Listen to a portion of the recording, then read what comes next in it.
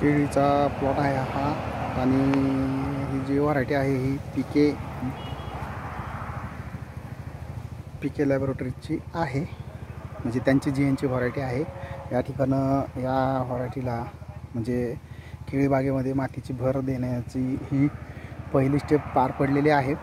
आणि ही जी पानं आहेत तर पहा, वाढ वगैरे ही व्यवस्थित आहे आणि जो बुंदा आहे तो जेवढा सशक्त असेल तेवढा पीक जेव्हा केळीचे घड लागतात आणि वेटेजमध्ये येतात म्हणजे किंवा वजनदार बनतात त्यावेळेस ते कलंडण्याचं प्रमाण कमी राहतं. परंतु आता इथून पुढं बुंद्यावरती काम होणं गरजेचं आहे, जाडी वाढणं गरजेचं आहे. जी पानांची संख्या आहे 1 2 3 4 5 6 7 8 पर्यंत पानं आहेत.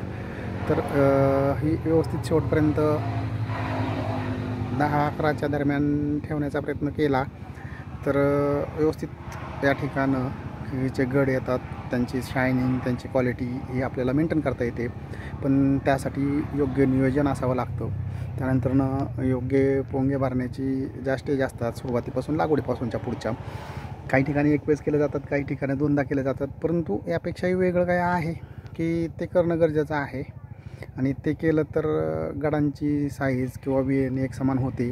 आणि यावरती काम करायचं असेल तर केळी पिकासंदर्भात आपला याच यूट्यूब चॅनलला पहिला व्हिडिओ आहे जो एप्रिल 2023च्या गारपेटीमधील होता.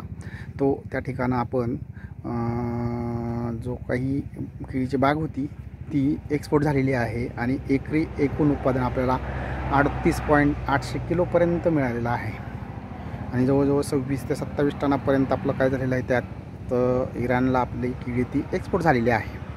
आणि त्या ठिकाणी आपल्याला गडाचं वजन मिळालं होतं ते 36, 35, 36 आणि ॲव्हरेजली 34 ते 33च्या दरम्यान म्हणजे 34 किलोपर्यंत गड होते. आणि त्यामुळं आपल्याला त्या ठिकाणी आपल्याला 38 टन प्लस 800 किलो इतकं केळीचं उत्पादन मिळालं होतं. सांगण्याचा उद्देश की जर केळी बागायतदारांना काही मार्गदर्शन हवं असेल तर निश्चितच संपर्क करा आणि केळीचं एकरी ॲव्हरेज वाढवा. काही ठिकाणं ही जी वाढ आहे तर ती पहा. त्यानंतर हे पानं अशी वाढ होत आहे, नवीन पानं. नंतरनं ही जी ग्रीनरी आहे तर ह्या ग्रीनरीवरती काम होणं गरजेचं असते.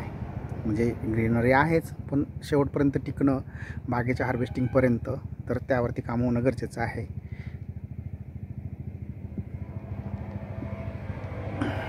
आणि ही पहा, ही पानांची साईज ह्या ठिकाणं त्यावरती डाऊन येऊ नये किंवा ज्याला आपण करपा म्हणतो तर तो येऊ नये लेट स्टेजचा.